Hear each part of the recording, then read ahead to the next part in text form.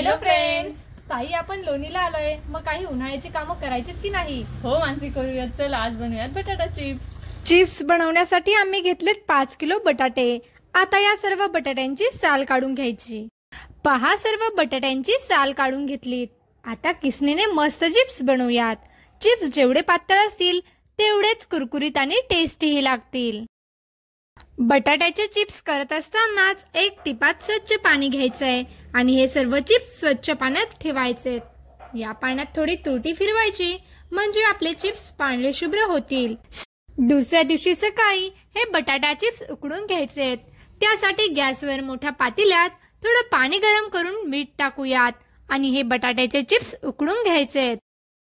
बटाट्याचे चिप्स तर सर्वांचे फेवरेट असतात आणि जर आपण स्वतः ते बनवलेत तर त्यांची टेस्टही काही वेगळीच असते. पहा, चिप्स उकडून झालेत.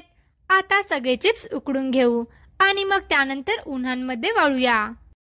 सध्या एवढं कडक ऊन आहे की एका दिवसातच आपले हे सगळे चिप्स पूर्णपणे वाळतील. संध्याकाळपर्यंत चिप्स वाळलेत आणि आता गरमागरम तेलात चिप्स तळून घेऊ. पहा, आपले चिप्स किती पांढरे शुभ्र आणि क्रिस्पी झालेत. यावर थोडंसं तिखट मीठ घेऊ आणि चिप्स तयार.